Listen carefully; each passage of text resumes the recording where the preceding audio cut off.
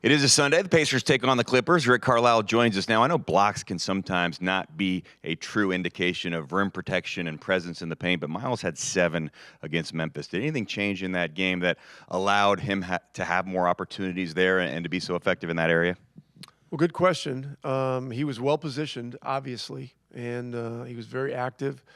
And some of it may have had to do with Memphis's style, which is a little bit different. They're very drive centric, and so they open up wide gaps. They drive them, and Miles was able to get a beat on some of those, and so it was obviously very important. And some of the ones he had in the early fourth quarter were big momentum plays as well. When you played the Clippers a few weeks ago, you had 42 second quarter points. They're number 2 in the NBA in defensive rating. So if you look at that quarter, how were you able to be so successful offensively? Well, we had set ourselves up for most improved with our first quarter, which I think we had 22 points. And we just needed to make a shift mentally. We needed to dig in and apply more pressure defensively. We used some zone in the second period, which helped change the cadence of the game a little bit.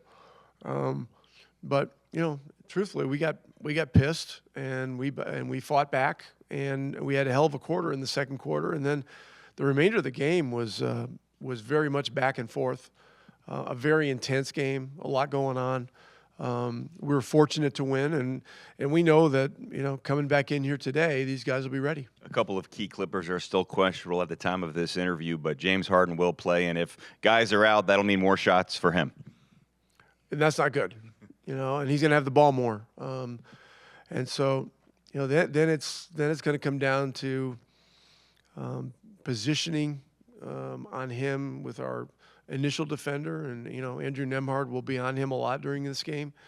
And then you've got to be disciplined and avoid fouling. And so, regardless of who plays, we're talking about Leonard, you're talking about Powell, you're talking about Harden. This is the #1 team in the league at drawing fouls on jump shots.